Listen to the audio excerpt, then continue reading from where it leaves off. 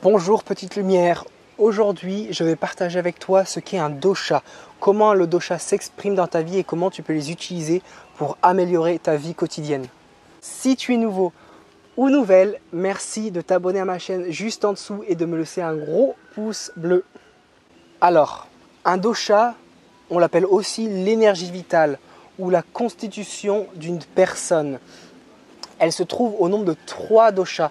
Donc les 3 doshas, c'est les 3 représentations concrètes de différentes typologies de personnes dans ce monde. On peut regrouper la majorité et toute la population dans 3 catégories. Et dans ces 3 constitutions, dans ces 3 doshas, tu as 5 éléments. Tu as l'éther qui est l'espace, l'air, le feu, la terre et l'eau. Donc dans ces 3 doshas, tu auras le mélange de ces 5 qualités ou 5 éléments. À travers ces doshas, tu as justement la représentation globale de l'humain dans tous les aspects de sa vie, que ce soit là où il vit, donc son lieu de vie, sa façon de manger, les personnes qui sont autour d'elle, comment il réagit au quotidien, donc dans la carrière, dans le comportement, dans la personnalité, dans les saisons, dans l'heure de la journée. Donc si tu veux, tout l'aspect de l'humain est représenté justement à travers ces 3 doshas. Lorsque les doshas ne sont pas alignés, lorsque les doshas ne sont pas équilibrés, c'est là où la maladie intervient, c'est là où les problèmes interviennent, que ce soit des problèmes de peau, que ce soit des problèmes de digestion, que ce soit des problèmes d'ancrage, que ce soit des problèmes liés avec la famille, avec là où tu vis, des démangeaisons, tout. Les problèmes justement peuvent s'expliquer à travers une inégalité ou un déséquilibre dans tes doshas propres.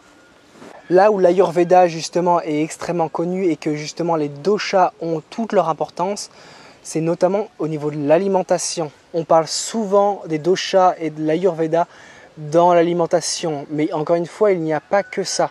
Il n'y a pas que ça. Mais l'alimentation, c'est quelque chose de plus quotidien, qu'on répète le plus.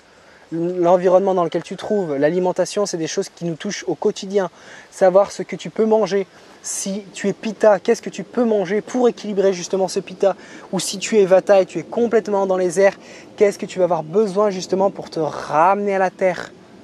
Ou si tu es justement kapha qui est très terre, très ancré, très lourd, qu'est-ce que tu vas avoir besoin justement pour te sortir de cette léthargie et te motiver justement à surpasser cette même léthargie. Donc si tu veux au quotidien, en connaissant justement ton prakriti justement c'est ta nature propre, donc c'est ta dominance au niveau justement de ces doshas, cette même prakriti, tu peux trouver des experts en la matière. Je ne suis pas un expert ayurvédique, mais il y a énormément de personnes qui sont vraiment qualifiées pour te guider sur ce chemin-là. D'ailleurs, je te mettrai dans la description le lien d'une amie qui est excellente et qui m'a justement beaucoup aidé avec ça. Je te le mettrai dans la description, tu pourras aller voir, que tu pourras contacter. Elle est actuellement au Guatemala, mais vous pouvez avoir un entretien ou même une prakriti en Skype, donc en extérieur. Et dans cet entretien, dans cette entrevue, vous allez voir ensemble quelle est ta constitution principale et comment elle s'exprime dans ta vie au quotidien. Donc c'est pour ça que c'est extrêmement important de connaître tes doshas un minimum pour apprendre justement à te connaître sur le chemin de la connaissance personnelle. Tu sais très bien que plus tu apprends à te connaître et plus tu vas comprendre ton système de pensée et ton système de réaction. Et c'est là justement où tu vas pouvoir faire des ajustements. C'est là où tu vas pouvoir amener des changements dans ta vie. Pas juste changer pour changer, mais apporter des changements concrets, précis sur ce qui ne fonctionne pas et ce qui n'est pas bon pour toi. Et bien typiquement pour toi, aller marcher dans la nature, aller te baigner, aller dans un endroit qui te ressource, dans des lacs, ça va être parfait pour équilibrer justement ton pitta. Donc si tu veux, l'Ayurveda et les doshas, c'est basé sur le principe d'équilibre.